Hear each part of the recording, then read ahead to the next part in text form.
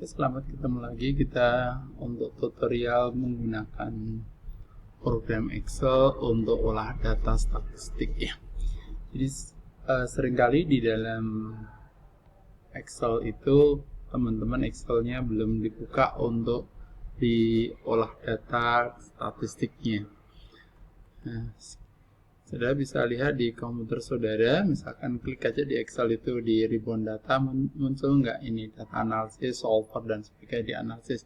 Kalau belum, maka caranya adalah di salah satu ribbon ini klik kanan, ya misalkan ini ya, sudah klik di customize the ribbon, ya. Nah di sini ada sudah klik add insert-nya, tambahin, ya. Pilih salah satu, ini pilih yang analysis toolpath API ini, kita pilih, ya. Kemudian kita go ya. Nah ini kita aktifkan semuanya, nggak apa-apa, FU add in dan seterusnya, ini kita aktifkan aja, kemudian kita oke. Nah, nanti ini akan muncul dengan sendirinya ya, sudah. Nah sekarang kita menggunakan, misalkan kita menggunakan salah satu fungsi regresi ya. Caranya adalah kita punya data ini, misalkan saya punya data tentang ini, data manipulatif ya, fiktif ya.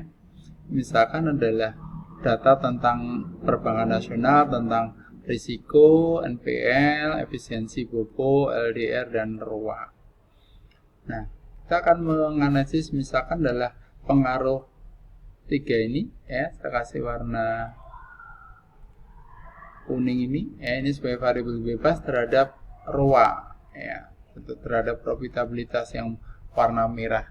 Jadi bagaimana sih pengaruh NPL, BOPO, dan LDR terhadap ROA? Kita gunakan di Excel, klik aja di data. Setelah tadi kita sudah buka di data analisis tadi, kita sudah head instance-nya kita tambahkan. Klik aja di data analisis, maka di sini akan muncul data-data analisis yang tersedia. Nah, ini ada mulai ANOVA, two factor without replication, korelasi, varian, dan seterusnya ya, ini banyak sekali ya. Statistik kita gunakan adalah regression ya. Nah, regression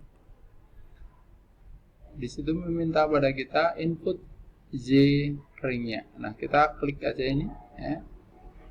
Nah, berarti kita akan input ini mulai judulnya ya, ROA, kita blok sampai bawah ya, sampai data. Yang penting adalah datanya harus antar variabel tersebut tersedia ya. Nah, antar aja ya. Kemudian kita X-nya adalah kita pakai data ini ya, NPL, BOPO, dan LDR, kita blok. Nah, kita blok semuanya datanya. Oke, kalau sudah enter aja. Nah, ini ada label, ada confidence levelnya 95% misalkan, berarti adalah tingkat signifikannya 5%. Output ringnya ya, kita pakai misalkan di new apakah di output ring, new word supply, ataukah di new workbooknya. Kita misalkan di worksheet yang baru ya, tapi masih dalam satu file. Kemudian residualnya kita aktifkan.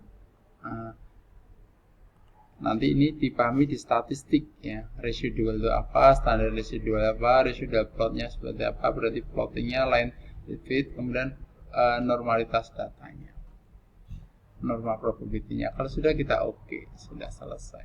Nah, kita tunggu hasilnya. Nah ini hasilnya kita sudah muncul ya. Mulai summary output, ini regression statistiknya, mulai kalau kurang lebar yaitu lebar seperti biasa, mau multiple R kuadratnya ya, multiple, kemudian adjusted R square-nya, ini adalah koefisien determinasinya, ini adalah adjusted R square-nya, standard error-nya, dan jumlah observasinya 104. Kemudian ini adalah ANOVA, analyze of variance, ada F, nilai F hitungnya, kemudian ada nilai F signifikansinya, probabilitas F-nya. Nah, ini tidak signifikan begitu ya. Nah, ini caranya. Ini ada koefisiennya, kemudian standard error, T statistik, nilai P value-nya, kemudian lower, upper gitu ya. kemudian ada ini residualnya, ya itu caranya, ya. Jadi kita cepat untuk menggunakan statistiknya. Oke, tinggal nanti kita kasih nama misalkan adalah ini regresi gitu ya. Oke, regresi. Ini balik ke data. Kita bisa menggunakan analisis yang lain, silahkan kita menggunakan. Jadi kita menggunakan ini bisa menggunakan untuk analisis statistik dengan cepat. Kita bisa analisis ini moving average, random dan seterusnya ya, bisa dicoba ya. Oke, terima kasih untuk materi ini, saya cukupkan dulu ya untuk